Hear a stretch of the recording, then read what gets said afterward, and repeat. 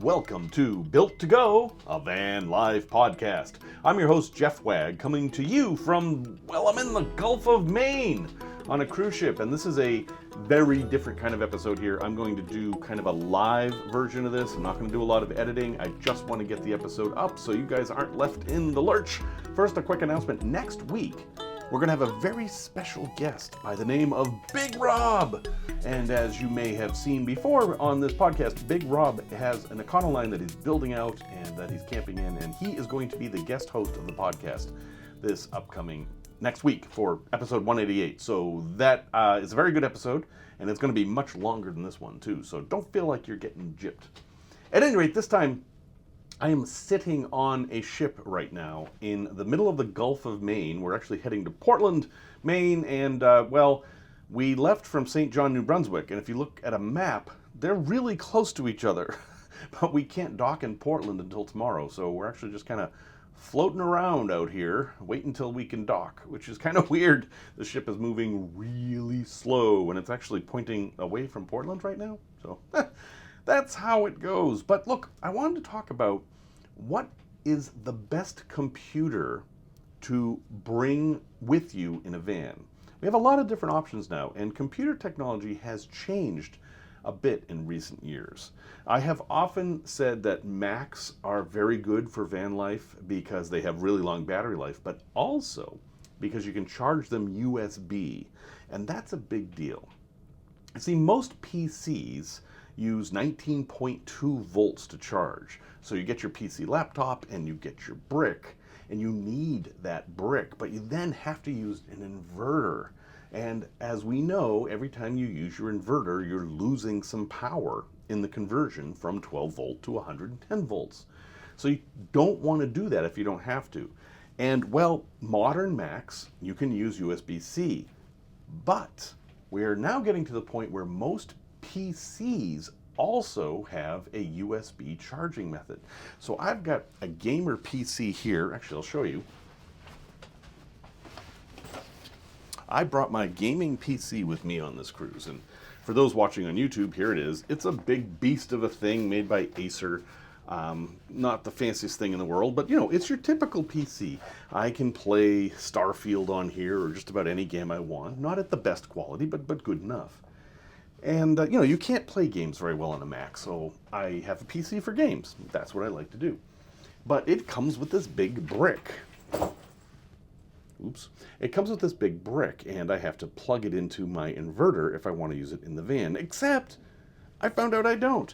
On the back, there is also this USB-C port, and I can charge with that. So congrats, PC folks. You can now charge the same way as a Mac.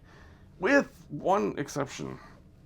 The power needs of these two computers is very, very different. My MacBook Pro, which is an M1, it was a pretty high-end computer when I bought it a year ago. It only draws 100 watts when you're charging, and most PD chargers will get close to that. And it has a much bigger battery than the PC, so I find that I can use the Mac mostly all day and then let it charge overnight and it's fine. If I'm playing games on my PC, well, it is drawing a lot more power. In fact, the brick that comes with this thing is 190 watts, which is significantly larger. So this is not a great machine if you're just going to do video editing and things like that, because it draws so much power. Now, if you've got, 300 amp hours of lithium in there, you probably don't care so much about using the inverter. But for those of us with smaller systems, it's kind of a problem. So I just want you to be aware that PCs do charge USB-C now. Now, there are other computers you can use too. Like, let's say you are just the type of person who needs to get on the web. You're not doing a lot of content creation. You just need to get on the web to pay your bills and to order things from Amazon and see what the news is, that kind of thing. If you're like that, I will give a semi-recommendation to Chromebooks. Chromebooks are very inexpensive, and they're lightweight, and they're tough. That's one of the best things about Chromebook. My Chromebook that I bought 7 or 8 years ago now is just a tank. It's this white plastic thing, and I can use it as a Frisbee, and the thing's going to still work. And all it basically is a Chrome web browser. That's it. You can put SD cards in it and save things and stuff like that, but you're not going to be doing things like running Final Cut Pro on there or Adobe Photoshop or anything like that. You can run online versions of those things. And they're like $300. They're very inexpensive. Now, I haven't seen one that charges USB-C yet. They may exist. I haven't looked into Chromebooks for a while. But the biggest drawbacks of Chromebooks is that they expire. After you've had your Chromebook for 5 years, Google will turn off updates. You can still use them, but you won't get any more security updates or anything. And if something goes wrong or there's a hack or something, that's the end. You can run Linux on it. And let's take a step back here. If you're somebody who likes Linux, well, you're in good shape. You can use any hardware you want because, Linux will run on just about anything, including old Chromebooks. So if you're a Linux person, that's great. But Linux requires more skill, more knowledge. You won't be using off-the-shelf apps quite the same. Linux is its own thing. Good for you if you're using it, but it's not really an option for everyone. What else is on here? Oh, and the last thing to consider, if you look back here, you'll see my iPad here. Let me show you this.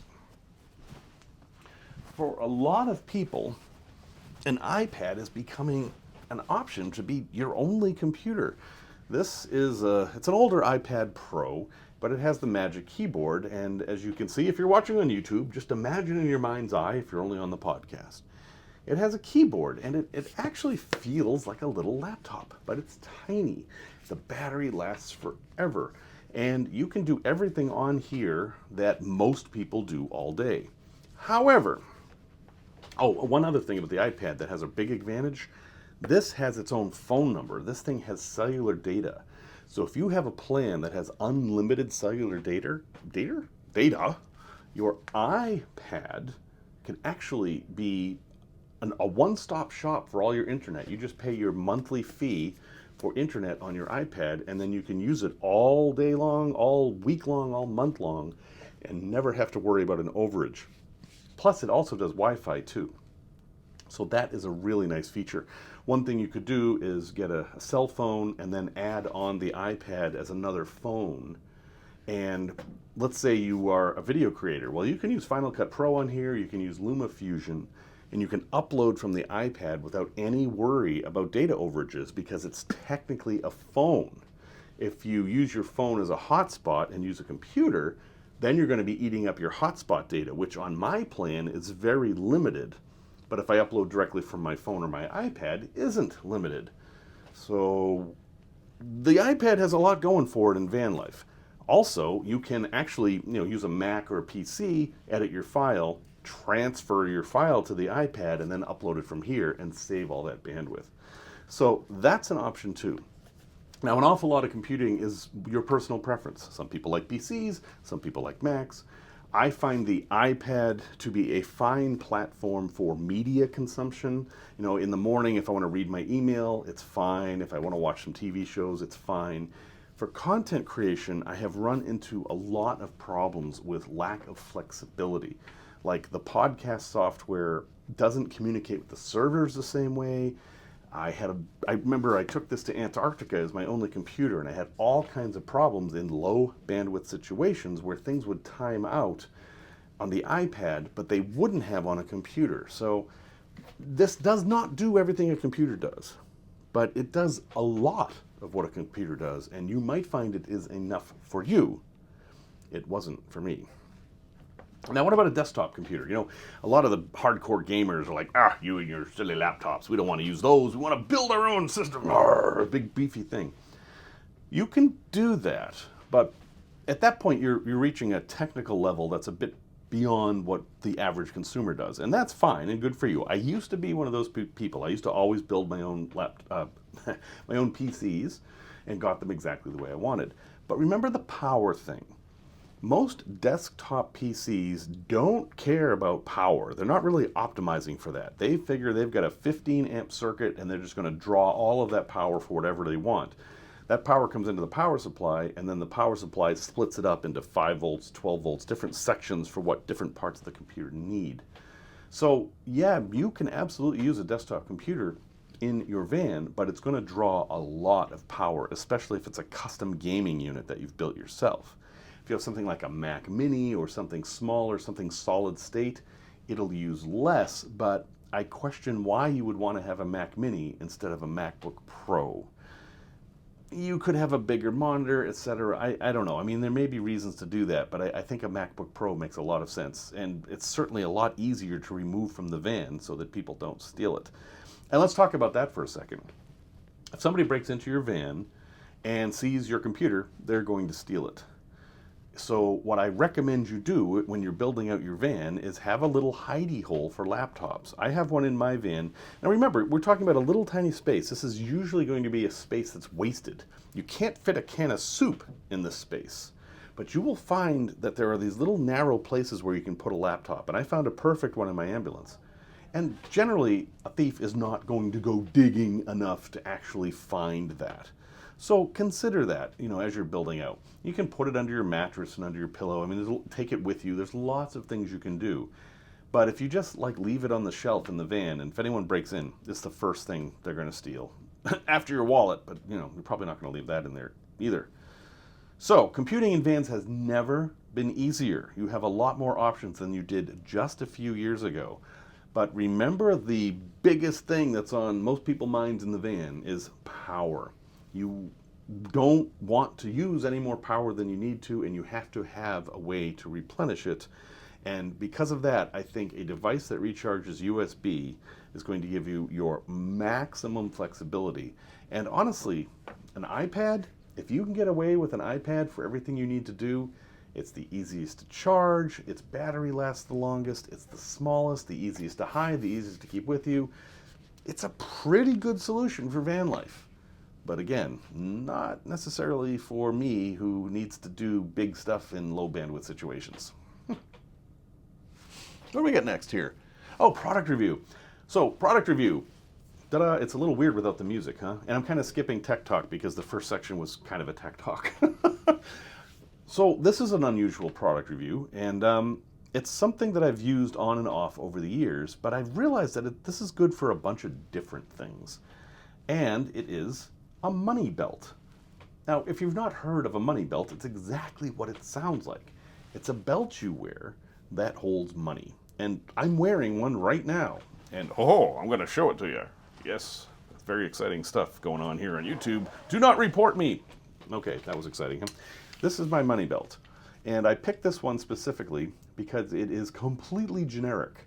It's just a black nylon belt with a plastic buckle, which I chose to get through TSA. I don't have to take my belt off unless they yell at me, and they shouldn't because it's just plastic.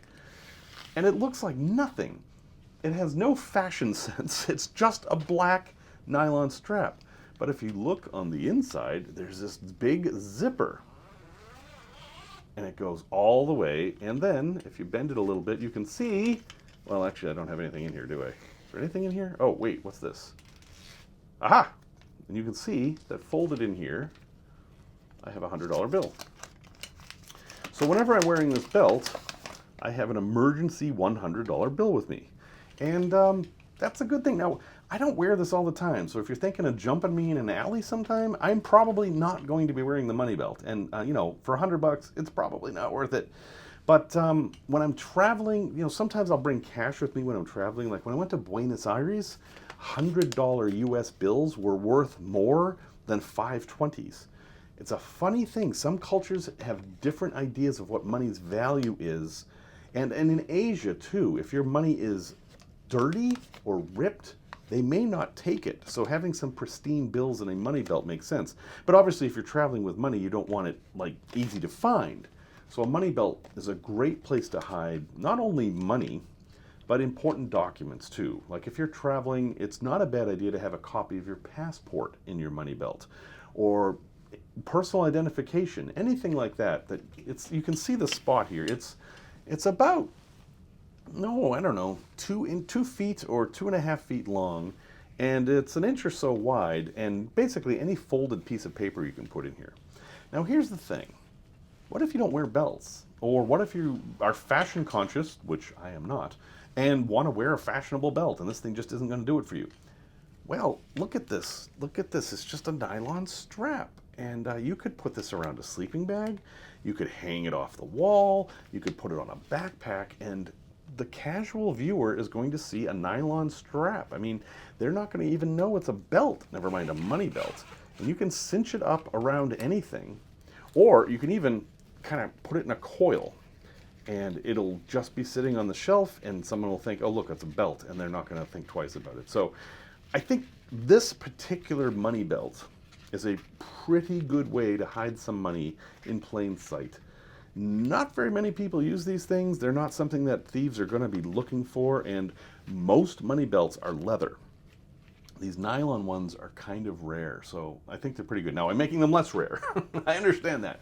But you guys are on the inside now. I'll have a link in the show notes. There's a few different manufacturers, but I've been very happy with this. And yes, the most important part of a belt is whether it holds your pants up. And this does indeed hold my pants up most of the time. Tales from the road.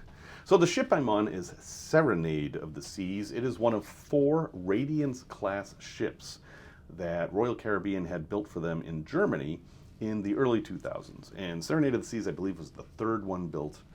Doesn't really matter. They're all very, very similar. And I was on the sister ship of this, which is called Jewel of the Seas, in 2005, when it was fairly new. And we did an unusual cruise from Boston to Bermuda to San Juan. It's kind of an unusual, they don't really do that itinerary too much anymore. But there's something funny about Bermuda. A lot of people who don't look at maps a lot think Bermuda is, it's a tropical island down in the Caribbean, and it's not. It's not tropical, it's not in the Caribbean. It's about 1,000 miles off the coast of North Carolina. It's in the middle of the Atlantic. And why that matters is that if you are going to Bermuda, you have to go to Bermuda. There's nowhere else you can divert to. And this trip I took, we ran into a hurricane. Now, I've run into hurricanes on cruise ships before. It's no big deal. The ship is faster than the hurricane. It can outrun it, it can go around it, it can go somewhere else. But remember, we were going to Bermuda. And so the captain had to make a decision of either turning around and going back to Boston, or kind of riding out the storm and going to Bermuda, which would let him continue with his whole itinerary. And that's what he chose to do. So I actually got to ride out a hurricane on a ship like this one. And, well, there's a couple of stories around that. First off, yeah, everyone got sick. There was a lot of seasickness that night. And a lot of things fell over. There was breaking glass, and, the liquor store had a really hard time. But we were in a cabin at the bottom of the ship way up front that had a round glass window. And it was basically underwater through much of the storm. It looked like a washing machine. And we got a knock on the door, and these crew members came in with this big aluminum disc. This thing was like 3 feet in diameter. And they said, oh, excuse us, and they kind of came into our room, and then they stuffed this aluminum disc in the window and kind of fought with it a bit, and then figured out how to attach it, and then said, okay, thank you. And then they were leaving, and we were like, what's that for? And they were like, oh, that's just to slow down flooding. Bye. Like, they put that in there in case the window, which was like a giant porthole, but it didn't open or anything. They put that there in case that window got smashed. This would help keep the seawater out. It wasn't an airtight or watertight seal in any way. It was just sitting there. So that didn't fill us with confidence. But okay, it's okay, right? I mean, we turned on the TV up here to look and see what the ship could see, because in all the ships there's a camera that points out the front of the ship, and you can turn the TV in the stateroom to that channel and see what it sees. And we saw waves coming over the camera, and the camera is above the bridge where the captain sits. So basically waves were going over the entirety of the ship. It was pretty intense. But just as the storm was getting started, I was on deck. I had taken a nap on one of the deck chairs in the back, and I was walking around deck, and then it started to get really windy and rainy, and I was like, well, I better get inside. And I went to go inside, and the door was locked. and there was a big barrier across it on the inside that said entryway closed, but I was on the outside. I was like, oh, okay, that's annoying. So I walked down the deck in the rain and the wind to the next door, and same thing. And basically, I was trapped outside of the ship during a hurricane with 90-mile-an-hour winds and driving rain, and I'm trying to find a way in the ship, and I'm going around the ship trying each door, and nothing opens. And then finally, I get to a door that opens, and it's for this restaurant at the back of the ship. It was called Sea Shack then. It's now called Izumi. They change stuff all the time. I get in there, and I'm like, whew, I made it. You know, all the doors are locked. This is the only way in the ship. And the crew looked at me and said, well, we can't get out of here without going outside. There is no door from here that goes into the ship. So they sent me back outside. I mean, I suppose I could have stayed hunkered down in the Sea Shack, but I kind of wanted to get back into the actual real part of the ship. And so I went all the way around the ship again, and then finally I got a crew member's attention, and they let me in, and they said, sir, you shouldn't be out there. I'm like, well, goddamn, I know I shouldn't be out there. I'm trying to get back inside. And yeah, that was part of that adventure. I've been on something like 45 cruises, and that was the only cruise I've ever gotten sick on. I'm not counting Antarctica because that's a thing you do in Antarctica, but yeah, that was the only one I'd ever had any kind of seasickness at all. And yeah, after that, had a great time in Bermuda and Puerto Rico and St. Thomas and the other places we went. So yeah, you can have fun on the high seas. See, all this stuff I usually edit out, like when the screensaver starts and I can't see what's on my script here next. And yeah, so you get to see all that because I'm not editing this episode, or you get to hear it. Okay, place to visit. So this ship is heading to Miami, and it's a little weird. It docks in Boston, and then it goes to Miami. And I won't be on the ship. I have to get off. In fact, all the passengers have to get off in Boston, and then the ship is going to sail empty to Miami.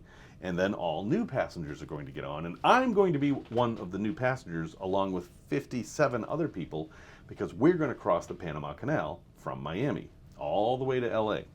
Okay. When we're in Miami, I've recommended that people go check this place out.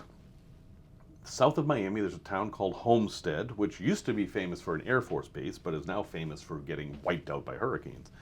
And in Homestead, there is, you could say it's a tourist trap, but it's actually kind of cool. It's a place called Coral Castle. So the legend is that this Swedish man fell in love with a woman way back in the 1930s and was building her dream house out of blocks of coral. And then she said, no, I don't want to marry you, and left. And he was convinced that if he just kept building this castle out of coral blocks, she would change her mind and come back.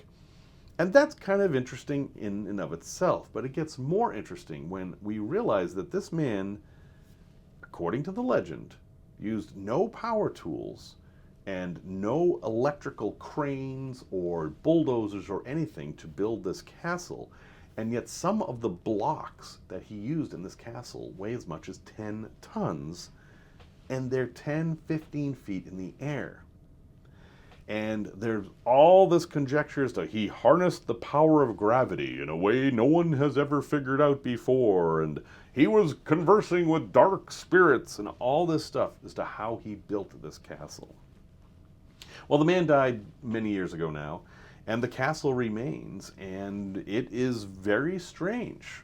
It has all these, it's got your four walls like you might find in a castle, and then it has parapets in some places, but he built furniture and all kinds of astronomical shapes in there. In fact, Billy Idol filmed a video in Coral Castle, and one of the most impressive things is this door.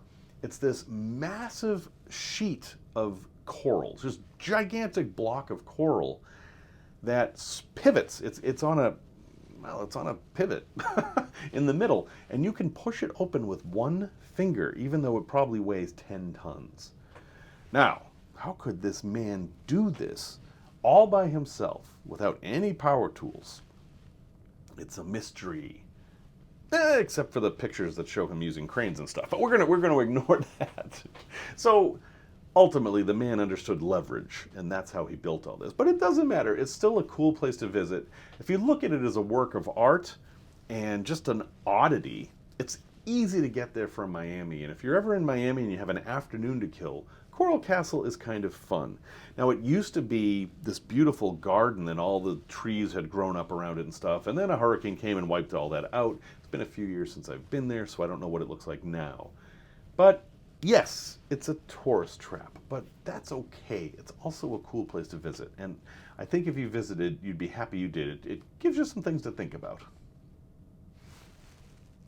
Oh, that's it. I'm out of script. Well, folks, this is going to be another short one. I apologize for that. We were going to do a live podcast from the ship, but we couldn't find a place to do it. There's tons of stuff going on, and I apologize for that. In fact, Simon Wagg is on the ship with me right now. We were going to do a thing, but we're doing this instead. So thank you for your patience, and thank you for accepting this rather unusual episode. But music, as always, is by Simon Wagg, even if there isn't any in the episode.